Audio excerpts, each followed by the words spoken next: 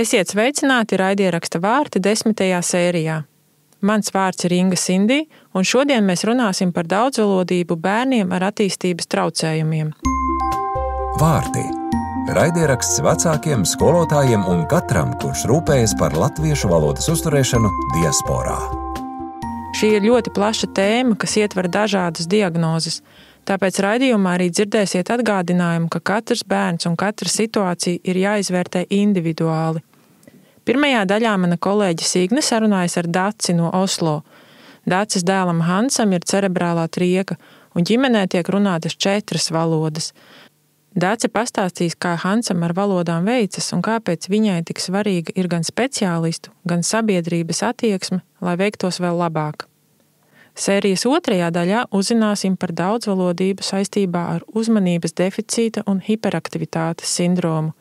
Es sarunājos ar Oslo Universitātes speciālisti Francisku Kēderi. Viņas komanda strādā pie šīs salīdzinoši jaunās un zinātniski vēl maz izzinātās tēmas izpētes. Sveiki, Dace! Sveiki! Liels prieks, ka tu piekriti mūsu sarunai. Un varbūt, ka es uzreiz tev pajautāšu, kur tu šobrīd atrodies? Es atrodos Tukumā. Aha, un mēs tā kā parasti runājam ar diasporas latviešiem. Droši vien, ka Tukums nav vienīgā vieta, kur tu mēdz atrasties. Mēs dzīvojam parasti Oslo, jā, un īstenībā reizēm arī esam Francijā, tā kā mans vīrs ir Francijā. Bet galvenokārt Oslo.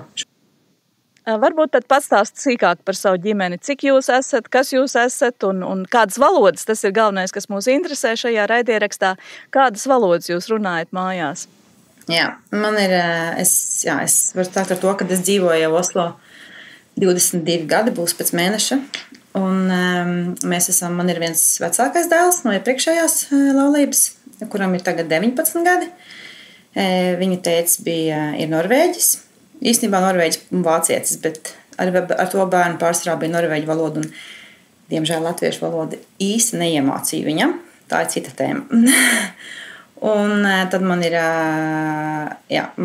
otrs vīrs, viņš ir francūzis, un mums pirms 5 gadiem piedzima Hans. Un tā kā mēs dzīvojam Oslo, es ikdienā runāju ar visiem norvēģu valodā Oslo, bet mans vīrs Oslo nestrādā, un viņam ar Oslo nav daudz liela sakara. Viņš norvēģiski nerunā. Tad mēs savā starpā runājam angliski, un viņš ar mazo runā franču valodā. Mans vecākais dēls arī mācās franču valodu, tā kā franču valoda tiek pielietota. Es saprotu, bet brīvi nerunāju. Un es ar bērniem runāju norvēģiski, bet tagad, pateicoties tehnoloģijai, man ir arī vieglāk uzturēt latviešu valodu, jo es redzu, ka man palīdz fakts, ka es varu sarunāties bieži ar vecākiem. Un video sarunas palīdz man uzturēt latviešu valodu vieglāk, jo tad es esmu it kā vienīgā, kas tajā valodā runā. Man nav daudz draugu latviešu Norvēģijā, man ir grūti to visu uzturēt vienai pašai. Un es redzu, ka ar otro bērnu, lai kādi būtu izaicinājumi, mums ir vieglāk runāt, piekopt latviešu valodu, un lai viņi neaizmirstās tagad 19 gadus vēlāk, kad ir visas tehnoloģijas iespējas. Jā, tā kā tehnoloģijā ir savas priekšrocības. Un es runāju ar bērnu mazo, cenšos runāt latviski, bet es redzu, ka man ir vieglāk, ja mamma ir iesaistīta tajā visā. Jā. Tētis man tāds mazrunīgāks, tā kā vairāk ar mammu. Jā, kā tad ir ar Hansu? Cik viņam ir gadu un kāds ir Hansa stāsts? Jā, Hansam ir palika 5 mēnesi atpakaļ, un Hans piedzima, viņš piedzima 5 gadus atpakaļ, tieši pirms pirmā Covid lockdowna visā tajā haosā. Viņš piedzima pāragri un 31.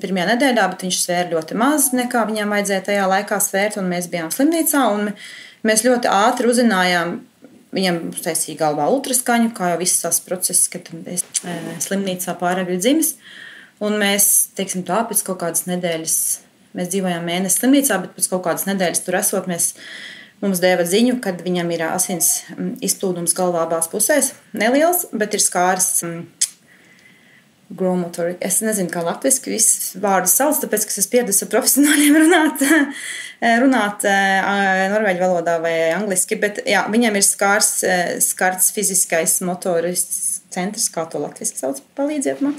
Bet, jā, un tad mums deva diezgan ātri ziņu, kad visticamāk viņam būs cerebrālā trieka. Un tas, protams, bija liels šoks. Tajā laikā mēs vēl nezinājām, kā būs ar visu covid. Es vispār nezināju, vai viņš vispār izdzīvos, vai tālāk un tā tālāk. Bet mums paredzēja, ka viņam būs vieglākā stāvoklī, kad varbūt viņš nevarēs skriet, vai viņš nevarēs lekt.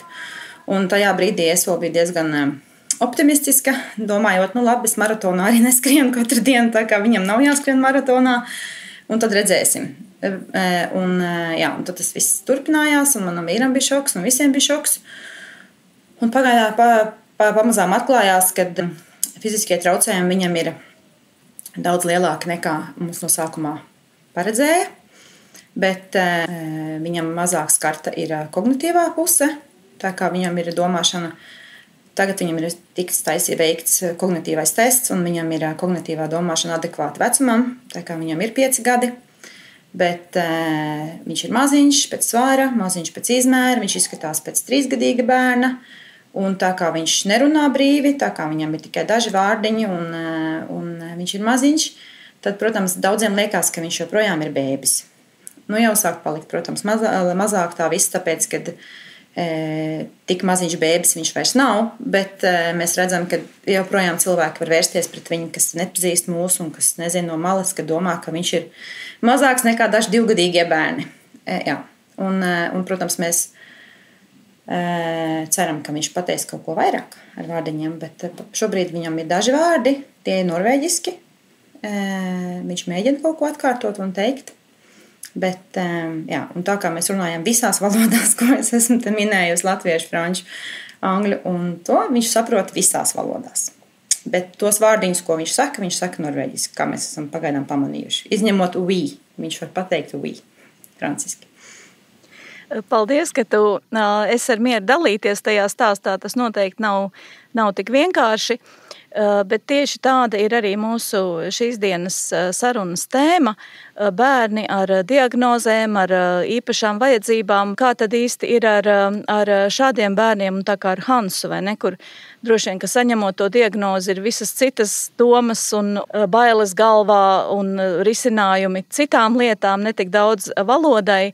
Un tas jautājums laikam būtu tāds, vai bija uzreiz kaut kādi ieteikumi vai pašai pārdomas vai ģimenei pārdomas, kādu valodu lietot ar Hansu, tieši varbūt šīs diagnozes dēļ? Nē, īstenībā nē. Es Ingai arī rakstīju. Tas process bija ļoti interesants, tāpēc, ka kamēr es biju stāvoklī, tā kā mums ir multikulturāla ģimene, visiem bija dažādi viedokļi pirms viņš piedzima, kādā valodā viņam galvenokārt būs jārunā. Un man bija diskusijas ar vīra vecākiem un tā tālāk.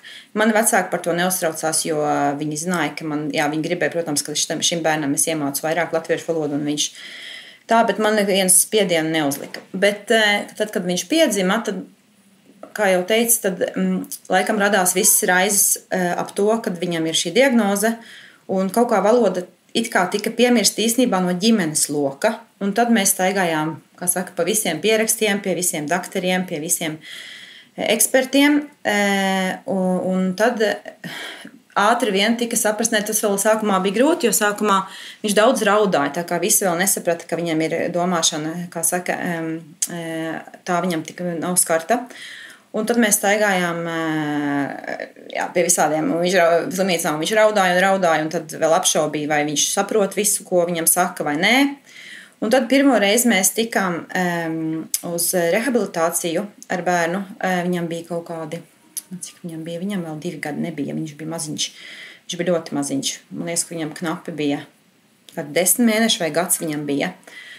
Un tas, protams, bija uz stimulāciju, lai viņu stimulētu fiziski.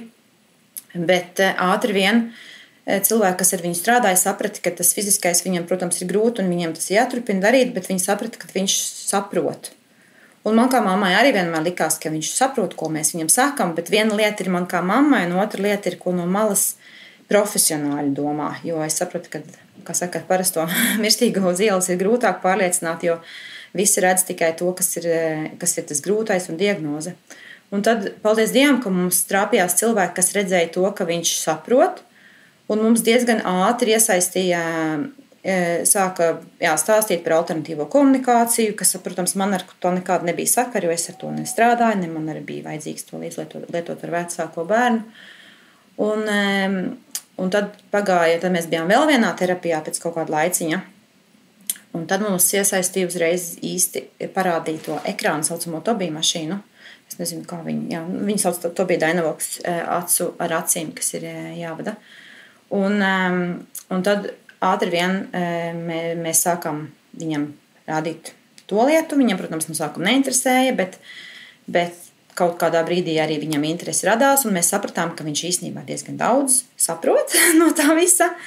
Un es atceros, viņam bija tāda liela izmēra simboli, tur ekrānā tāda liela simbola salikt, un mēs atnācām nākamajā dienā, un tā, es nezinu, kā viņu sauc latviski, to profesionāli varētu nosaukt, bet sieviete bija pārlikusi izmēriņus mazākus, un es tad viņai vēl tā teicu, bet viņš neredzēs, jo viņam ir pirmām kārtām grūta redze, viņš arī šķielē, viņam ir brīlītes, un es saku, bet viņš neredzēs, vai tu esi pārliecināta, ka tā būs pareizi, un viņa tā, jā, es redzu, ka viņš saprot, un ka viņš sapratīs, un viņš saprata.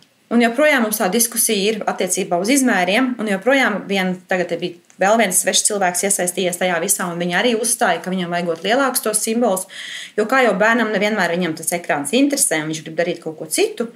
Un es vēl tā apšaubījos, teicu, jā, bet mēs tos lielos izmērus esam mēģinājuši, nu jau viņš ir vecāks un viņam neinteresēs, bet viņam mazāks, un viņam vajag mazāks, un viņš saprot, un viņš grib, bet viņš nevienmēr viņam, tā kā mēs pielietojam arī papīra simbolus, bet ļoti, ļoti, ļoti ātri mums to visu iesaistīja, un tas vēl joprojām notiek procesā, jo treniņā, kā es saku, viņš ir bērns, un nevienmēr viņam tas ļoti patīk, bet pateicoties īstenībā profesionāļiem, tika saskatīts viņā potenciāls tajā jomā.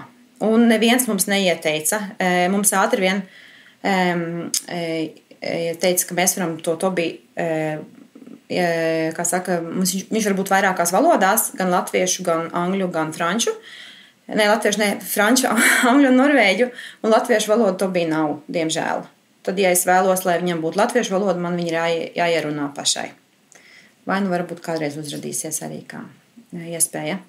Bet pagaidām viņš pamatā apgūst un mācās to pielietot norvēģiski, bet mēs ceram, ka viņam būs iespēja, ka viņš varēs izmantot arī visās citās valodās. Mums ir tik daudz citas raizes apkārtam visam, kad tas viss notiek tik dabiski, un laikam arī mēs tā kā mēs esam bijuši visādās rehabilitācijās cilvēki ir redzējuši, ka mēs savās, tas nenotiek ļoti mākslīgi, ka mēs tur pārslēdzamies, kaut kā tagad būs 1 stunda tajā valodā vai tajā valodā, visas valodas notiek vienā jārāvienā, kā saka. Un bērns ļoti labi saprot, kurš kurā valodā runā. Viņš arī ļoti atšķir, kad viņš zina, ka vecāmāte ar viņu Latvijā nerunās franciski. Viņš zina, ka tēvs ar viņu nerunās latviski.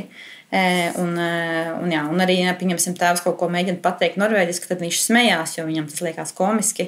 Un tāpat, ja es kaut ko mēģinu pateikt franciski. Sākumā bija tā, ka vīri vecāki bija ļoti uztraukušies. Jūs varat iedomāties, ka franču ģimenē visi ļoti, ļoti vēlējās, lai būtu tikai franču valoda, jo viņiem tas ir nedaudz ieciklējies, ka viņiem ir jāmācās franču valodu, un tad kaut kādos 16 gados viņi sāk bērniem mācīt varbūt angļu valodu. Un, protams, laika arī mainās tur. Un ļoti interesanti bija tas, ka vīra tēvs uz to uzstāja, lai gan pats ir dzīvojis Amerikā un brīvi runā angļu valodā, bet viņam tik ļoti uztrauc, kādā valodā runās, un viņš man pēkšņi teica, ka mums būs jārunā visiem franču valodā. Un tad es paliku nikni, un es teicu, kā es runāšu franču valodā, es nemāku franču valodu, es nepārzinu brīvi. Un tad bija tā diskusija, bet tas bija diskusijas dēļ, un tagad vairs viņš to jautājumu neuzdod. Tagad viņš redz, ka ar bērnu var runāt, ka viņš visu saprot, un viņam, protams, tikai tas liekas nedaudz interesanti, kad mēs tā pēkšņi varam nākamajā mirklī pārslēgties, un es viņam kaut ko saku norvēģiski, un tad viņš atkārto, bet tas nav nekāds ierobežojums vairāk, ne. Jā, bet tad viņš arī tā dienas pavada bērnu dārzā saziņā ar citiem bērniem. Tas jau arī noteikti ļoti palīdz valodas attīstībai. Jā, viņš ir bērnu dārzā aptuveni 4-5 stundas katru dienu. Viņš iet tā saucamajā parastajā bērnu dārzā, kā mēs sakam. Viņš neiet speciālā bērnu dārzā, jo mums tuvumā nav neviena. Un mēs esam mainījuši bērnu dārzu, viss tik ideāli neizklausās. Pirmajā bērnu dārzā viņam nebija labi. jo pirmkārt viņam nebija viss fiziskais atbalsts, ko viņam vajadzēja. Viņi bija diezgan pavirši un gribēja mūs vairāk, lai mēs ejam mājās nekā nākam. Un tad mēs apmainījām bērndārzu, un šajā bērndārzā ir bijusi speciālā grupa kādreiz, bet viņu ekonomisko līdzekļu dēļ, kā visās valstīs, arī ir robi. To grupu, kā saka, aizslēdz ciet, bet darbinieki vēl ir palikuši daži no tiem laikiem, kuriem ir pieredze ar bērniem, kam ir cerebrālā trieka. Un tas mums palīdzēja. Bet to bija platforma, viņi īstenībā kaut kā cenšas izmantot, cik nu var, bet vienīgā problēma ir tajā, ka, ja ekrāns ir viņam priekšā, tas viņam liedz būt sociālam, sabiedriskam. Un viņš ir ļoti sabiedrisks. Viņam ļoti patīk kontakts ar citiem. Un tur mums ir vienmēr jāizvērtē, kas ir svarīgāk. Un man pat pajautāja, ne piekdien, bet pagājuši trešdien, viņiem bija atnācis uz bērndārzu viens vīrietis, kurš noregulēja viņam statīvu krēslam virsū, lai viņš būtu acu priekšā pareizā stāvoklī. Un man prasīja, bet tad viņam nosedz ļoti seju, ko mēs darīsim attiecībā, pieņemsim, ja viņš ēd. Viņam patīk redzēt arī citus bērnus, arī viņam apetīti, tas, protams, veicina, jo viņš redz citi tik gardi ēd. Un es teicu, tā vienmēr ir izvēle, tad varbūt mums ir jāatrod kaut kāds zelta vidusceļš, pieņemsim, pirmajā ēdiena reizē viņam ir ekrāns priekšā, otrajā reizē viņam varbūt tad nevajag, bet ekrāns mums ir ļoti, ļoti svarīgs šobrīd, tāpēc, kad mums ir jāveicina, lai viņš vairāk viņu lietotu, tad, jo viņam būs jāiet skolā. Un tas mūs uztrauc, protams, kā būs tur, lai gan tur gan jau būs. Es ceru, ka mēs atradīsim īsto skolu, kur vairāk profesionāļi būs trenēti. Jo problēma jau ir tajā, ka ne visi to māk un pārzina. Un mēs paši arī nē, mums arī jāmācās ir. Un mums visam nav laika, tā kā tas viss mums ir jauns. Un kā īsti tad notiek runāšanas apguve? Vai tur ir arī kaut kādi speciāli uzdevumi, ko jūs mājās veicat, vai tas viss tomēr tā vairāk vai mazāk organiski? Vairāk vai mazāk organiski. Pirmkārt, tas, kas ir interesanti, kas man pašai liekas interesanti, kā mammai, kurā ir bērns ar īpašām vajadzībām, kurš brīvi nerunā, cik ļoti viņš saprot un joprojām komunicē. Tāpēc, ka cilvēki vienmēr domā, ka svarīgākā ir valoda. Un tad pēkšņi tu esi situācijā, kurā tu saproti, ka tu viņu saproti arī bez valodas. Protams, es zinu, ka varbūt mēs viņu pārprotam, ka mēs varbūt visu līdz galam nesaprotam, bet mēs viņu tulkojam, kā mēs spējam, un pateicoties tam, ka viņš ļoti daudz saprot, un viņam ir, kā saka, fiška darbojās, viņš arī māka parādīt, pieņemsim, ja viņš kaut ko grib no leduskapja. Viņš skatās uz leduskapi. Viņš dod ziņu, ka tas ir tur. Ir ļoti daudz piemēru, kur mēs saprotam, ka viņš vienkārši pavērš skatienu, ko viņš grib. Ja viņš grib iet ārā, viņš skatās uz logu. Tas nozīmē, ka jāiet ārā vai uz durvīm. Ja viņš grib, pieņemsim, staigāt ar savu staigāšanas palīglīdzekli, viņš skatās uz to. Protams, tam visam ir jābūt pieejamam, lai viņš redz, nevienmēr tas ir pieejams. Bet mēs arī varam izmantot papīra simbolus. Bet tajās reizēs, kad viņš mēģina teikt kādu vārdu, tad mēs, protams, esam sajūsmā, un mēs vēlamies, lai viņš atkārto, un mēs veicinām, un mēs viņu lielam. Bet ar Hansu ir tā kā viņam ir liela tonus maiņa ķermenī. Ja mēs viņu lielam, tad viņam var rasties liela sajūsma, tā ka viņam apstājās viss uzreiz. Un tā kā mums ir jābūt, kā mums teica, mums jāizvēlās zelta vidusceļš, mums viņš ir jāliela varbūt pēc tam, bet tajā brīdī, kad tas kaut kas notiek, tad mums bez maz vai ir jāievelk pašiem elpu un jābūt tā mierīgam, pieņemsim, tā ka, kā tu teici, ko tu teici, tā ka viņš, pieņemsim, tagad viņš cenšas pateikt jogurtu, viņam ļoti garšo jogurts, un tad viņš saka gogurtu. Un viņam, pieņemsim, patīk iet uz restorāniem, un tad viņš saka etawangi, tas ir restorāni, un norvēģu valodas. Un tad mēs, protams, esam sajūsmā, jo tie ir sarežģīti vārdi, un viņš joprojām mēģina viņus pateikt. Un tad tad mēs liekam viņam atkārtot. Bet viņam vēl, kā saka, valodas treniņš kā tāds orāli viņam nav bijis. Viņam ir logopēds, kurš trenē vairāk, kuram ir visādas uzdevumi attiecībā uz mutes treniņu un norīšanu un ēšanu, jo tas ir vēl svarīgāk, lai viņš neaizrijās. Bet es atceros, kad mēs iesaistījām logopēdu, jo mums arī vajadzēja īpašu logopēdu. Mēs nevarējām katru logopēdu. Mums vajadzēja logopēdu, kurš ir specializējies šajā jomā, cerebrālā trieka vai tam līdzīgas diagnozes. Un es atceros, kad viņa sāka ar Hansu strādāt, kad viņa bija redzējusi visas epikrīzes, visas slimības vēsturi. Viņa no sākuma sagaidīja, kā saka, bērnu, kurš knapi varēs norīt. kaut ko. Un izrādījās tā, ka viņš var izdarīt vairāk nekā domā.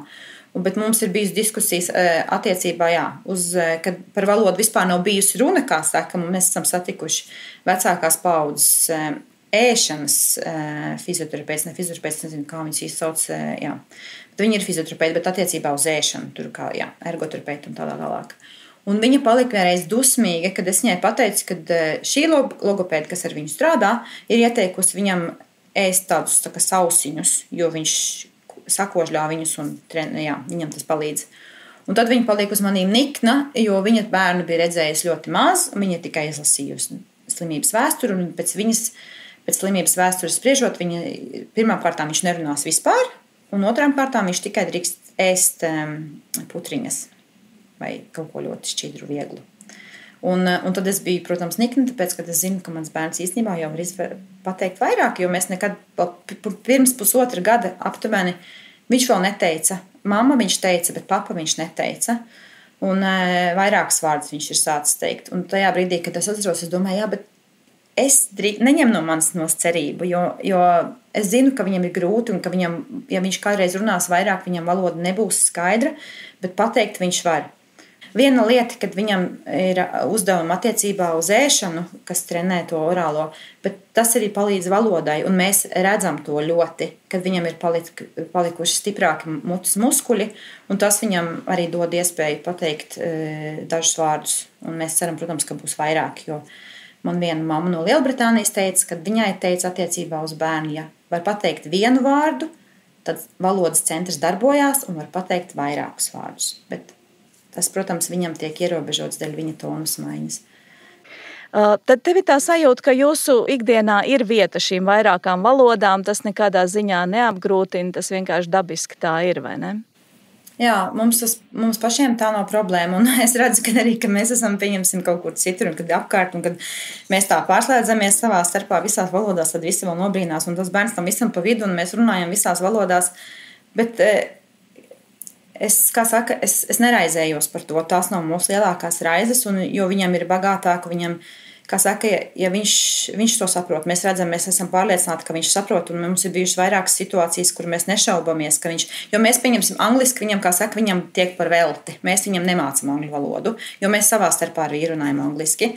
Bet ir bijušas situācijas, kur mēs agrāk, tagad vairs ne. Bet, kad viņš bija jaunāks, mēs centāmies, noslēpt kaut ko no viņa un pateikt tā, viņam ļoti patīk karāties ķengurā, kā saka ķengursomā. Un es vienreiz teicu, ka tu lietas ratos ķenguru, tad noslēp tā, lai viņš neredz, savādāk viņš uzstāsta, ka viņš grib iet ar to ķenguru. Un viņš uzreiz saprata, ka viņam jāskatās zem ratiem, kur tas ķengurs ir. Un tad tajā brīdī es sapratu, angļu valoda vairs nav mūsu noslēpuma valoda. Un bērndārzā arī ir mēģinājuši kaut ko pateikt viņu priekšā angliski, un tad viņa asistente pateica, nē, varat to nedarīt.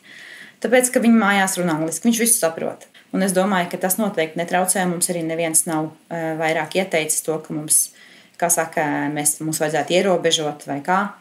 Ja viņam būtu kognitīvi grūtāk, tad varbūt mēs apsvērtu iespēju, ka varbūt mums kaut kas, bet arī būtu grūti mūsu starpā, tāpēc, ka man ar vīru ir tikai angļu valoda savā starpā. Es vēlos, lai viņš runā franciski, viņš pats runā franciski, vēlas runāt franciski ar bērnu. Tad man paliek norvēģu un latviešu valoda, bet arī tās es nevaru izslēgt, kā saka. Un, tā kā mēs nevaram neko mainīt. Ar māmu mums ir noslēpuma valoda, vēl krievu valoda palikusi. Un tad viņš smējās, ka mēs sākam runāt, jo tad viņš saprot, ka tas ir kaut kas, ko viņš nesaprot. Un tad mums ir melnais humors, ka tad vēl jāiemāca šī, un tad būs īsts spiegs. Jā, paldies. Laikam jau mūsu sarunas noslēgumā vēl tāds jautājums, vai ir kaut kas, ko tu ieteiktu līdzīgā situācijā daudzvalodīgām ģimenēm, kā, teiksim, varbūt nebaidīties, vai ir kaut kādi ļoti konkrēti ieteikumi, kā rīkoties, kā runāt visās savās valodās? Man liekas, ka tam visam ir jābūt dabiski vienkārši. Arī ar bērniem, kuri tāpat kā ar visiem pārējiem bērniem, dažas lietas tam jānotiek ir dabiski. Bērni mācās valodu dabiski, un tad, protams, skolā ir cita lieta, bet pirmā apgūšana notiek mājas apstākļos un bērndārzā un tā tālāk. Un arī attiecībā uz šo bērnu es nezinu, kā būtu bijis, ja šis man nebūtu bijis pirmais bērns. Bet es varbūt tomēr arī biju vairāk atslābināta šajā gadījumā. Un kā saka, arī varbūt tas viss citu uztraukumu paņēma mūsu fokusu, bet es uzskatu, ka tam jābūt ir dabiski. Jo arī, un mans galvenais, ko es gribu teikt, ka galvenais ir tas, ka arī šiem bērniem, kam ir īpaši izaicinājumi, kam ir, kā saka, citas problēmas, viņi tāpatās ir spējīgi iemācīties. Es arī pat jūtu, ka jābūt ir pozitīvai attieksmei uz to visu.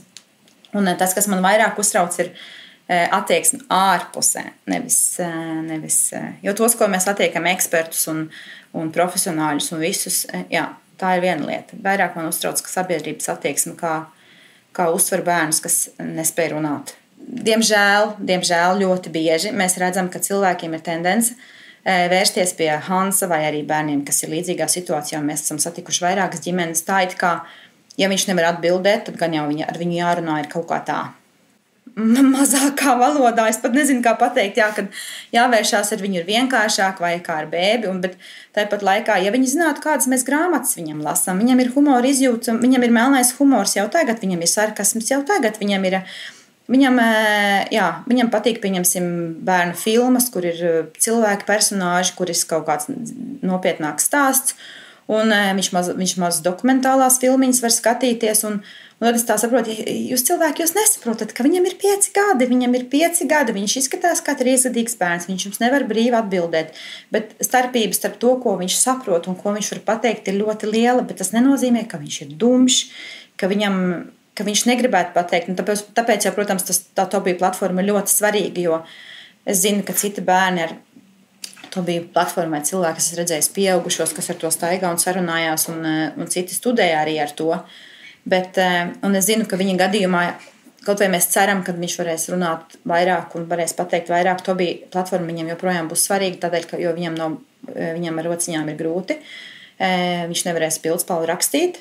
Un tā kā mēs zinām, ka viņam ar acīm būs svarīgi iemācīties, sazināties. Bet tur ir gan tastatūra ar acīm, un viss, protams, ir jābūt labai redzēji. Un viņam redze, kā es teicu, arī ir izaicinājums nedaudz, bet tomēr ir. Bet cilvēki pārprot un domā, ka pret viņu jāvēršās ir kaut kā dumjāk, es nezinu, vienkāršāk, un visiem mēs to nevaram pierādīt. Bet es vēlos pateikt to, ka cilvēkiem jābūt ļoti uzmanīgiem, nevajag ar aizspriedumiem vērsties pret bērniem, kuri nevar pateikt kaut ko. Viņi var saprast ļoti daudz un pat varbūt vēl vairāk. Un es redzu, pieņemsim, tā kā man ir 19-gadīgs dēls. Man patīk, kā ir 19-gadīgo vai nedaudz jaunāku, pieņemsim 14-15-gadīgi. Viņi ir kaut kā pragmatiskāki, vismaz Norvēģijā. Es nezinu, varbūt palīdz tas, ka mans dēls ir gājis skolā, kuriem viņiem bija iekļauta grupiņa ar īpašām vajadzībām bērni. Bet viņš nekad neapšauba, ka viņš saprot. Un viņš arī ar viņu runā adekvāti viņa vecumam. Un jokus pasaka, kā pieņemsim pusauģumāk pateikt. Un tad man liekas, bet dariet visi tā. Un tad tas jau viņam arī patīk, kad ar viņu tā runā, kad ar viņu tur netaisa kaut kādu vai es nezinu ko. Jo es redzu, ka ar viņu patīk, kad ar viņu runā reāli. Kā saka. Un tad viņam ir interesanti. Nevis tur maina balss toni vai runā kā ar tādu mazu kaķīti vai vēl. Tāpēc, ka vajag šos bērnus arī uztvert kā, viņiem vajag palīdzību, bet uztvert viņus kā līdzvērtīgus, kuri arī var saprast un kuriem vajag palīdzību, lai viņi varētu tikt iekļauti, bet nevis kaut kā norakstīt kā objektus. Tas ir arī mūsu raidieraksta mērķis, tiešām veicināt izpratni par to, ka valodas izpausmes var būt ļoti dažādas, un arī šajā gadījumā nevienmēr tām jābūt verbālām un vārdiskām, bet ja mēs spējam komunicēt, tad tā arī ir mūsu valoda. Komunikācija ir ļoti svarīga, jo tomēr arī mēs pamanījām, kad viņi saprata, ka bērnam ir kognitīvā puse stiprākā puse, tad uz komunikāciju arī, kā saka, spieda. Un tas ir ļoti labi. Protams, tajā reizē ir reizes, kad mēs redzam, kad aizmirst nedaudz to fizisko, kas mums arī liekas svarīgi. Bet mums ir laikam paveicies ar to, ka mūsu bērni uzreiz pamanīja, ka viņš saprot un tic. Un mūs arī tagad, pieņemsim, mēs esam tādā situācijā, ka mēs vēlamies savam bērnam vairāk asistentu, lai viņam būtu ne tikai mamma un tēvs, kas visu laiku viņu atbalsta, jo viņam ir 5 gadi un 5-gadīgi bērni brīvi var, kā saka, skraidīt. Viņš nevar brīvi skraidīt, bet tāpēc mēs tagad cīnāmies par asistentu. Un arī tajā jomā mēs redzam, ka valoda, īpaši dēļ valodas, tas arī ir komunikācija ļoti svarīga, lai viņš varētu komunicēt, nevis iebāzt viņu kaut kādā būrī, kā saka. Paldies, Dace, par sarunu, un lai jums tiešām izdodas viss, tā kā ir iecerēts, gan Tukumā, gan Oslo. Paldies! Paldies! Es runāju latviski. Es arī runāju latviski. Vārti – raidieraksts par latviešu valodu diasporā. Un tagad sērijas 2. daļā mēs sarunājamies ar Francisku Keideri no Oslo Universitātes. Viņa ir pētniece un laboratorijas vadītāja Lingvistikas un Skandināvistikas institūtā. Guten Tag, hallo Franziska. Hallo. Labdien, Franciska! Mūsu šodienas tēma ir daudzvalodība un neirodiversitāte. Varbūt sāksim ar pašiem pamatiem. Ko vispār saprot ar jēdzienu neirodiversitāte?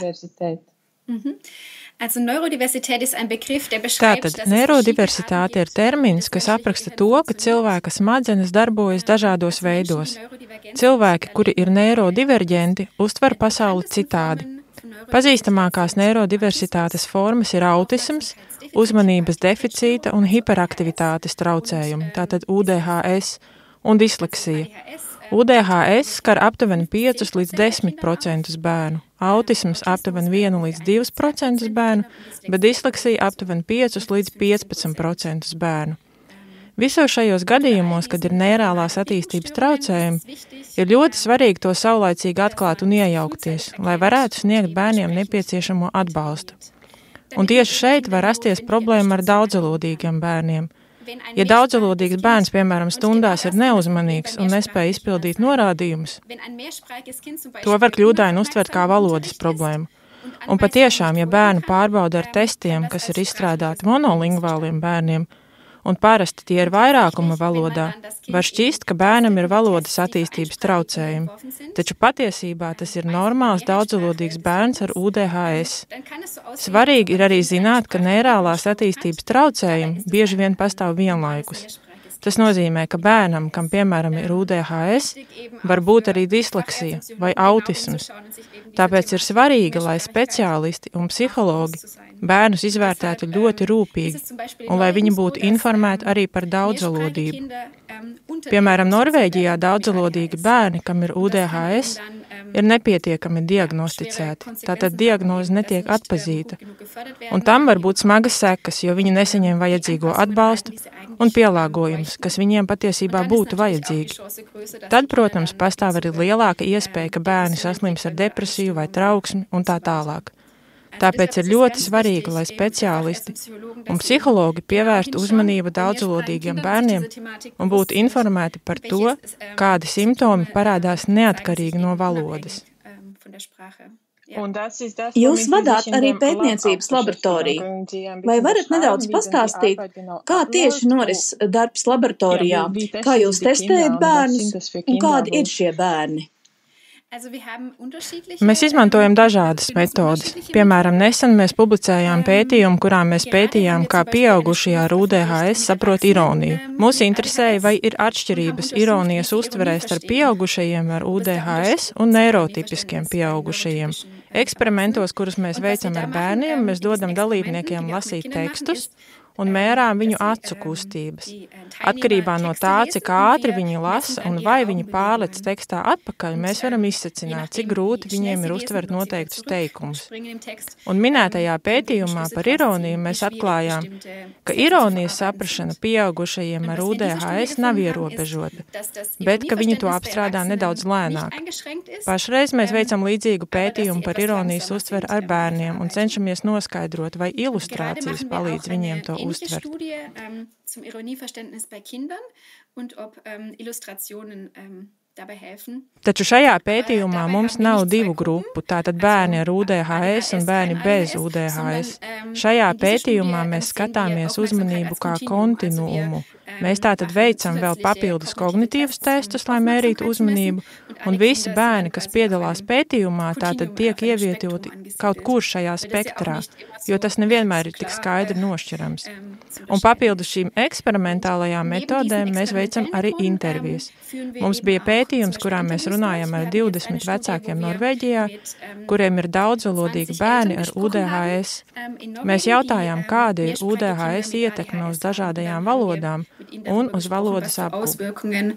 ADHS hat auf die verschiedenen Sprachen und die Sprachentwicklung ihres Kindes. Können Sie darüber ein bisschen mehr erzählen? Vecāks stāsta, kas ir viņa lielākās raizes un kā attīstās valoda? Vai ir atšķirība, ja salīdzina ar bērniem bez UDHS?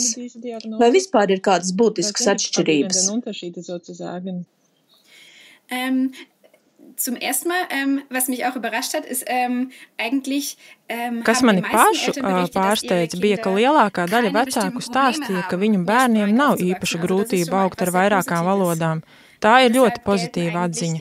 Tāpēc vecākiem, kuru bērniem ir UDHS un kas aug ar vairākām valodām, var sniegt tos pašus padomus kā ikvienam citam daudzvalodīga bērna vecākam, ka viņam ir jārada iespējas kontaktēties ar šo valodu. Tātad, piemēram, daudz jālasa priekšā vai jāceļo, jārada iespējas ar valodu saskarties.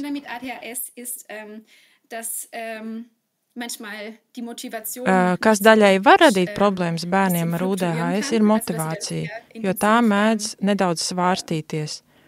Tad, piemēram, var palīdzēt nelielas atlīdzības vai kādi motivātori, arī dažādība, kaut kas savādāks.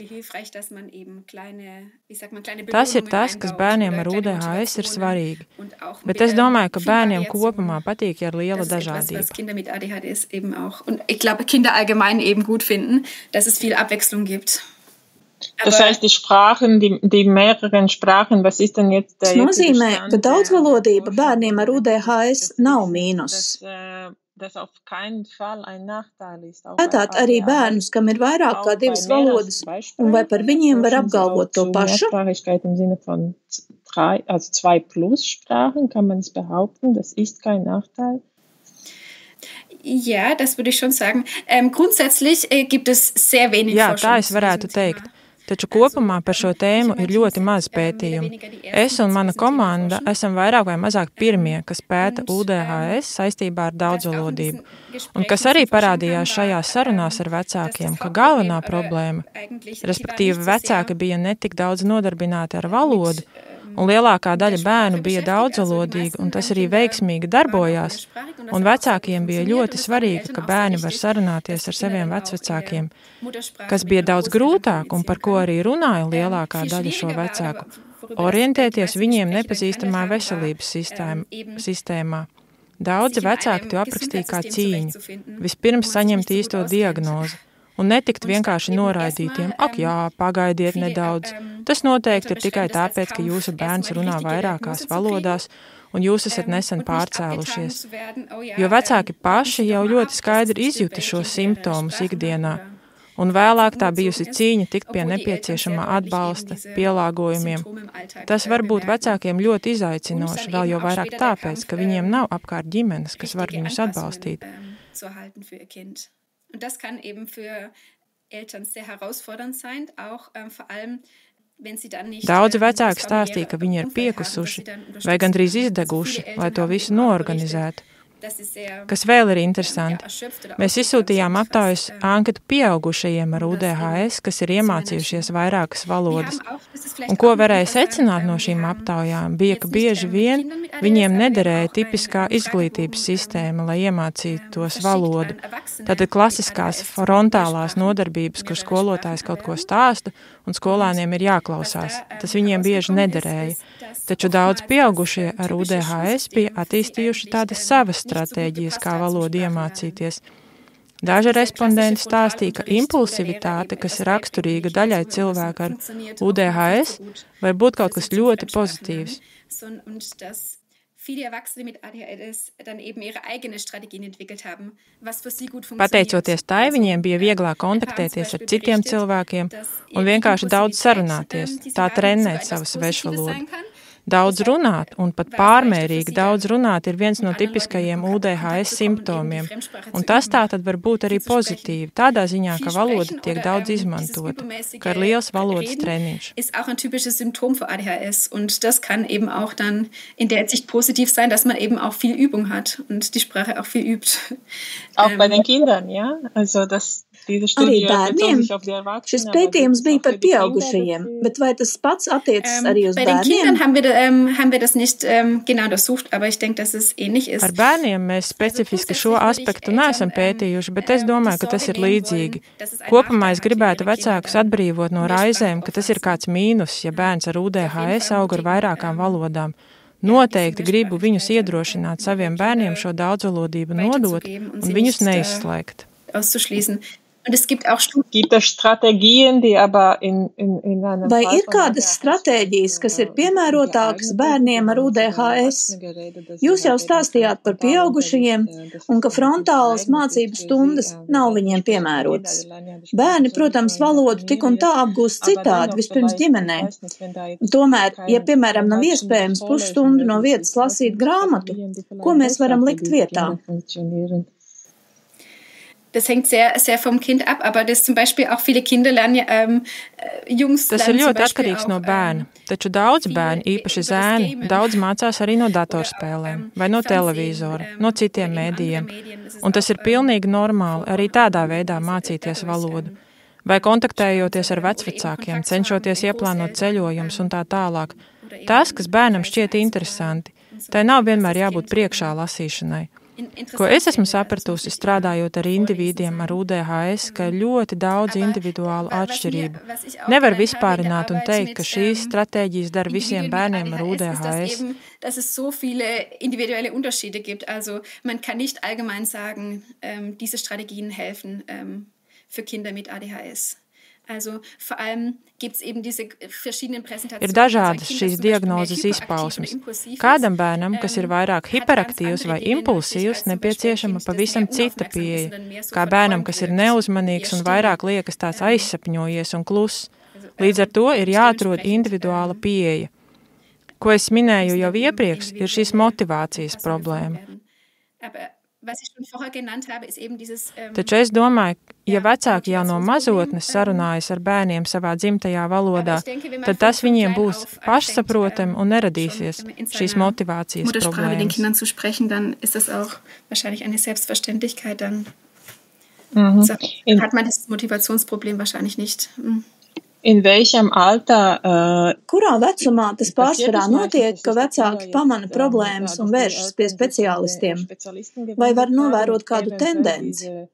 Unterdiagnostizierung passiert ist. Was ist benennen kann das Alter, an welchem dieser Verdacht vielleicht entsteht?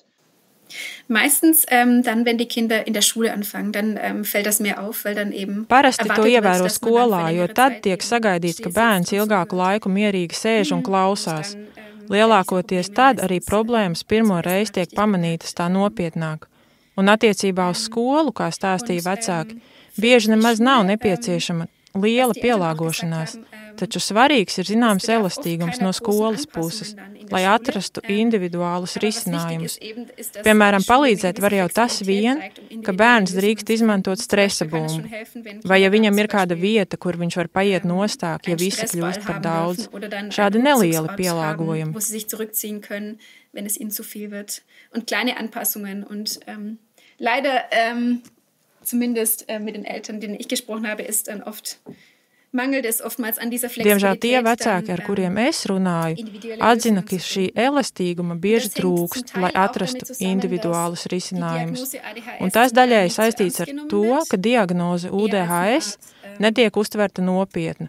Drīzāk kā tāda nenopietna diagnoze, gandrīz kā atruna. Tā daļai ir tāds neredzams ierobežojums. Autisms daudzējādā ziņā ir daudz izteiktāks ierobežojums, un tāpēc arī ir vieglāk to atpazīt un bērniem arī attiecīgi palīdzēt. Autismus ist in vielerlei Hinsicht ein bisschen eine stärkere Einschränkung und deshalb ist es leichter eben das zu erkennen und dann den Kindern entsprechend zu helfen. Ja, Sie haben ja auch schon erwähnt, dass Sie Jūs jau teicāt, ka kopā ar kolēģiem esat tie, kas pirmie pēta tieši UDHS un daudzvalodību. Cik daudz ir izpētīts un zināms par citiem neirālās attīstības traucējumiem, piemēram, par autismu vai disleksiju? Störungen wie Autismus oder auch Dyslexie. Und was ist jetzt so ganz vielleicht grundsätzlich auch der Rat und das für auch die Eltern? Also es gibt viel mehr Forschung, viel mehr bekannt. Un, wie ich schon gesagt habe, dreht auch... Par autismu un disleksiju ir daudz vairāk pētījumu. Kā jau es teicu, UDHS un disleksija bieži ir kopā. Dann zeigen sich dann besonders Probleme. Un tad ir problēmas ar pareizrakstību. UDHS var arī radīt problēmas darba atmiņā, un tāpēc varbūt grūtāk mācīties vārdiņus vai atcerēties gramatikas likumus. Mit Problemen im Arbeitsgedächtnis. Deshalb ist es viel schwieriger, sich dann bestimmte Dinge zu merken. Ir nepieciešams daudz lielāks treniņš, kas arī vecākiem ir liels izaicinājums, piemēram, ar bērnu pildīt mājas darbus. Tas prasa daudz vairāk laika un enerģijas kopā ar bērnu to paveikt. Das ist für die Eltern auch oftmals eine Herausforderung, dann eben zum Beispiel mit dem Kind die Hausaufgaben zu schaffen. Das kostet dann viel mehr Zeit und Energie, das dann mit dem Kind zusammen zu erledigen. Un bei Autismus, was ja auch eine... Un kā ir ar autismu, kas arī ir ļoti plašs lauks? Vai tur ir kāds ieteikums attiecībā uz daudzvalodību? Mūsu klausītāji lielākoties ir latviešu vecāki ārpus Latvijas. Tātad latviešu valoda ir viņu mājas valoda vai viena no ģimenes valodām. Kā viņiem ieteicams rīkoties, ja ir konstatēts autisms, un viņi šaubās, vai vairākas valodas nebūs bērnam pa daudz? Wenn Sie schon eine Autismusdiagnose haben, meinen Sie? Oder? Ja, genau. Oder falls der Verdacht besteht und Sie eben auch mit sich ringen und nicht so genau wissen, ob das auch nicht so viel sein kann für das Kind. Ja, bei Autismus ist das Spektrum natürlich auch sehr groß. Es gibt auch autistische Kinder, die dann... Autisma spektrs, protams, ir ļoti plašs. Ir arī bērni ar autismu, kuri vispār nerunā vai runā tikai ļoti ierobežotā apjomā. Tā, protams, ir atšķirīga situācija. Šajā gadījumā cerēt, ka bērns patiešām var apgūt vairākas valodas, ir iespējams pārāk augsts mērķis, jo varbūt jau gana grūti iemācīties vienu valodu. Taču es neverbālo autismu neesmu zinātniski pētījusi, tāpēc arī nevaru sniegt labus padomus. Taču noteikti ir jāapsēžas ar speciālistiem un jāmēģina saprast, kura komunikācija ir vissvarīgākā. Arī vecākiem, protams, ir svarīgi, ka viņi ar savu bērnu var sarunāties valodā, kurā viņi var izteikt savas sajūtas un tā tālāk. Tātad šeit ir ļoti daudz apsvērumu, kas ir svarīgi, lai izlēmtu, kuru valodu galu galā izvēlēties saziņai ģimenē, vairākuma valodu vai ģimenes valodu. Es ist natürlich auch wichtig für die Eltern, dass sie dann mit ihrem Kind in einer Sprache kommunizieren können, in der sie dann auch ihre Gefühle transportieren können und so weiter. Das sind also viele Überlegungen, die dann wichtig sind, welche Sprache man dann jetzt endlich sozusagen wählen würde als Familiensprache. Ob man die Mehrheitssprache wählt oder dann die Familiensprache. Persönlichere Frage oder sozusagen Vēlos arī pajautāt, kāpēc jums interesē šī tēma par neirodiversitāti un daudzvalodību? Tā ir salīdzinoši jauna tēma, vai ne? Das Thema ist sehr komplex, weil es eben sehr viel Tā ir patiešām sarežģīta tēma, jo ir ļoti daudz variāciju. Ne tikai simptomi un diagnozes izpausmes veidi ir ļoti atšķirīgi, un dažiem bērniem vēl ir papildus diagnoze, taču arī daudzvalodības pusē ir ļoti daudz variāciju. Cik labi bērni runā dažādās valodās, kuras valodas viņi prot. Tātad pētniekiem ir tik daudz mainīgo lielumu, kurus jācenšas kontrolēt, vai spēt ar tiem apieties. Und das kann manchmal ganz schön schwierig sein. Also es ist ziemlich viel Information. Und dann, dann geben wir eben Ratschläge, was man berücksichtigen sollte. Und die Wirklichkeit ist natürlich auch komplex. Tas dažreiz ir diezgan grūti, ir tik daudz informācijas. Un mēs sniedzam padomus, kas būtu jāņem vērā. Taču realitāte, protams, ir sarežģīta. Un mēs negribam no mūsu pētījumiem izslēgt cilvēkus, kam ir vairākas diagnozes, lai gan mēs šādos gadījumos netik precīzi varam noteikt. Ja, piemēram, mēs izmeklējam bērnu, kam ir autisms un UDHS vienlaikus, tad, protams, nav tik skaidrs, vai noteikta izturēšanās ir dēļ vienas vai otras diagnozes.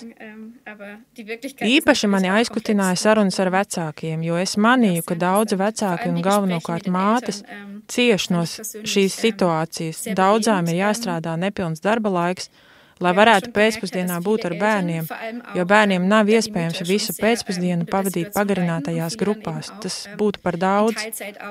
Un ģimenēm, kas dzīvo ārzemēs, tas ir īpaši izaicinoši, jo viņiem nav atbalsta no citiem ģimenes locekļiem, un viņiem jātiek galā pašiem. Ja, dass eben vor allem eben Familien, die dann im Ausland leben, besondere Herausforderungen haben, weil sie dann eben diese Unterstützung nicht haben und auf sich allein gestellt sind. Tas jau tāpat ir grūti, ja ģimene viena dzīvo ārzemēs, bet ja turklāt ir bērns ar neirāliem attīstības traucējumiem, tas ir vēl grūtāk. Un citi pat kādreiz nevar iedomāties, cik grūti var būt ikdienā īstenot visvienkāršākās rutīnas. Ka, piemēram, kaut vai saģērbties bērnam ar UDHS ir liela lieta, vai izpildīt mājas darbus. Tas viss prasa daudz vairāk spēka. Eine große Sache sein oder die Hausaufgaben zu machen. Also es kostet alles eben sehr viel mehr Kraft für die Eltern. In unserem ersten Gespräch, was in der gleichen Sendung auch ausgestrahlt wird, hatten wir ein Gespräch mit einer lettischen Familie und sie haben Šodienas sērijas pirmajā sarunā bērna mamma minēja teikumu: valoda nav mūsu galvenā problēma. Vai jums arī ir iespējas, ka tas tā ir, ka ģimenes ir ļoti noslogotas ar citām tēmām saistībā ar bērnu diagnozi? Vai valoda ir centrā, vai drīzāk vienkārši pastāv līdzās pārējām lietām? Steht Sprache im Zentrum oder ist das eher etwas, was die Familien mitnehmen sozusagen? Ja, so wie Sie gesagt haben, also es war auch mein Eindruck, dass die Sprache quasi nicht das Hauptproblem ist. Jā, tieši tā, kā jūs teicāt. Tas arī bija mans iespējas, ka valoda nav galvenā problēma. Un ka bērni ar UDHS un ar autismu bez lielām grūtībām var iemācīties vairākas valodas. Un ko mēs vēl esam izpētījuši, ka šie UDHS simptomi arī parādās visās valodās. Bērns visās valodās ir neuzmanīgs un viņam ir grūtības sekot sarunām. Mēs strādājām ar hipotēzi, ka noteikti simptomi izpaužas vairāk vai mazāk dažādās valodās, bet tas neapstiprinājās. Tas patiešām tā ir, ka UDHS atstāja iespaidu uz visām valodām un visiem kontekstiem, kuros bērns atrodas. Kā jau jūs teicāt, valoda nav galvenā problēma, taču tik un tā ir svarīgi sniegt bērnam iespēju uzaugt daudzvalodīgam.